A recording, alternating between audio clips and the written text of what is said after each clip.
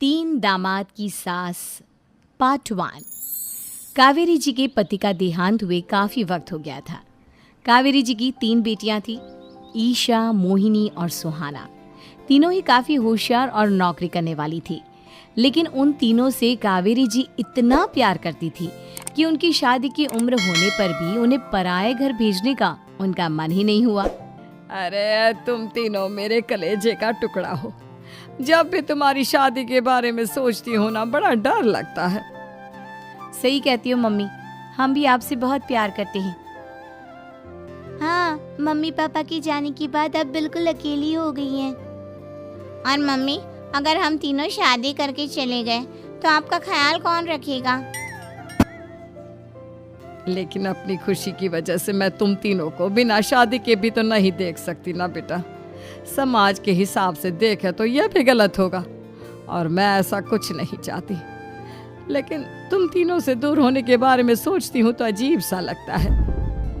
लेकिन मम्मी, हम आपको इस तरह अकेला छोड़कर नहीं जा सकते। एक काम करते हैं मम्मी, शादी के बाद ना आप मेरे साथ मेरे ससुराल में चलना और मेरे साथ ही रहना। अच्छा, और तेरी सास मुझे रहने देगी तेरे ससुराल में? अरे बेटा, वहाँ ऐसा नहीं होता। बेटी की माँ कभी अपनी बेटी के ससुराल जाकर नहीं रह सकती। एक काम करते हैं माँ, आप ईशा और सुहानी की शादी कर दीजिए और मैं हमेशा आपका बेटा बनकर आपके साथ ही रहूंगी। मुझे नहीं करनी शादी। अरे मेरी बेटियां मुझसे कितना प्यार करती है, मेरी वजह से अपनी पूरी जिंदगी दांव पर लगाने को तैयार है।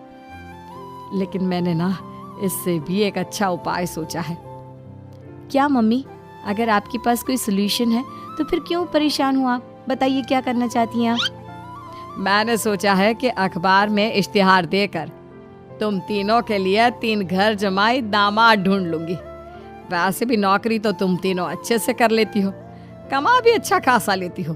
कोई भी लड़का तैयार हो जाएगा तुमसे शादी करने के लिए। अरे मम्मी, ये हुई ना बात। इससे हमें आपसे दूर भी नहीं जाना पड़ेगा और आपको अकेला भी नहीं रहना पड़ेगा। हाँ मम्मी, ये बहुत अच्छा तरीका है। मैं तो कहती हूँ आज ही अखबार में ऐड निकलवा देते हैं। बिल्कुल, आज ऑफिस जाते वक्त मैं ये काम कर दूंगी। और कुछ ही दिनों के बाद कावेरी जी को 3 घर जमाई दामाद विवेक, सुमित और अविनाश मिल जाते हैं और वो उन तीनों लड़कों से अपनी तीनों बेटियों की शादी करवा देती है। शादी के कुछ दिन के बाद, अरे अब शादी हो गई, छुट्टियां खत्म, तुम तीनों जाकर नौकरी करो, कुछ काम करो। अरे मम्मी जी, कमाल करती हैं आप। अब घर जमाए इसलिए थोड़ी ना बनाए कि हम बाहर जाकर नौकरी करें। मम्मी जी, मेरा तो घर जमाई बनने का मकसद ही यही था कि कमाने वाली बीवी मिल जाए। बाहर जाकर काम करने से तो मेरा दिल घबराता है। घर का कोई काम है तो बता दीजिए मुझे।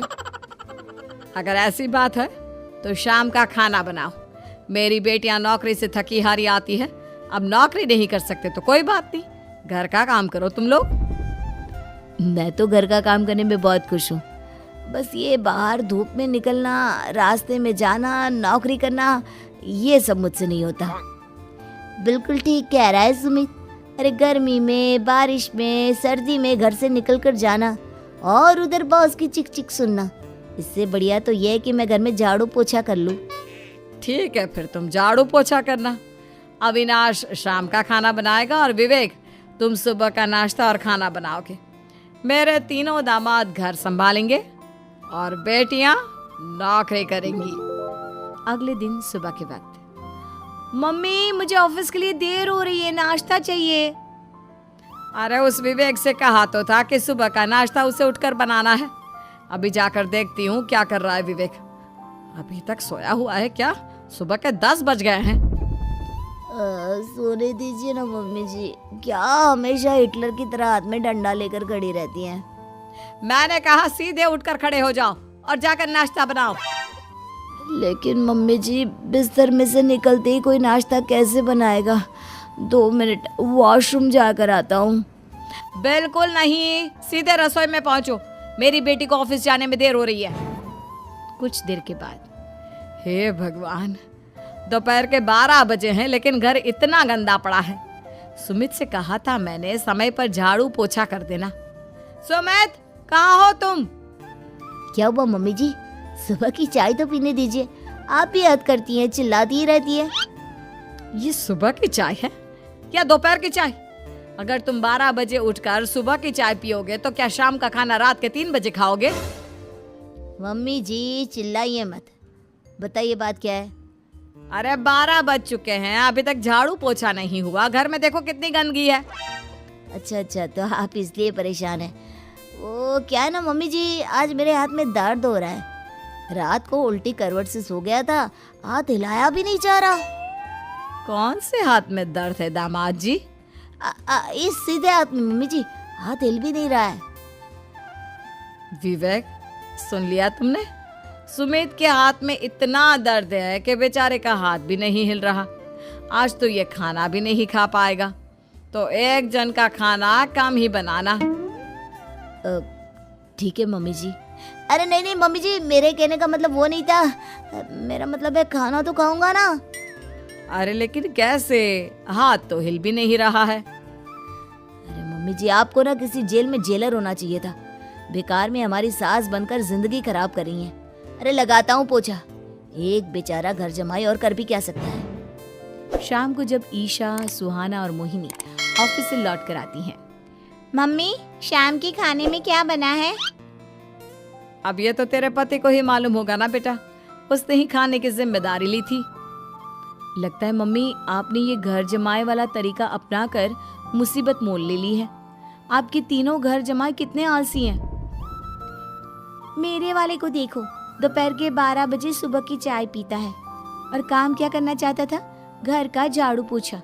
मम्मी बता रही थी कि आज उसने घर का झाड़ू पोछा शाम की 5 बजे किया था। अब क्या बताऊं बेटा, सुबह से हाथ दर्द का बहाना करके बैठ गया था। कहता है हाथ में बहुत दर्द हो रहा है, हिला भी नहीं जा रहा। सब बहाने मम्मी। ये तीनों घर जमाए मिलकर ना बस बैठकर खाना खाना चाहते हैं, काम धाम तो बिल्कुल नहीं करना चाहते। अरे लेकिन ऐसे काम नहीं चलेगा ना, मुझे इन तीनों को सबक सिखाना ही पड़ेगा।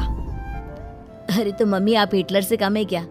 आपने जब हम तीनों को सबक सिखा सिखा कर इतना लायक बना दिया, तो इन तीनों नालायक दामाद को भी आप कुछ न कुछ तो बना ही देंगी। हाँ मम्मी, बस अपने अंदर के हिटलर को बाहर लाइए और अपनी तीनों दामादों को अच्छी तरह से सबक सिखाइए। रही बात आपकी बेटियों की, तो हम तीनों तो हमेशा से आपके साथ हैं। अरे लेकिन बेटा, इस काम के लिए तुम तीनों को मेहनत करनी पड़ेगी। कैसी मेहनत मम्मी? ऑफिस में तो वैसे ही बहुत मेहनत करते हैं हम तीनों।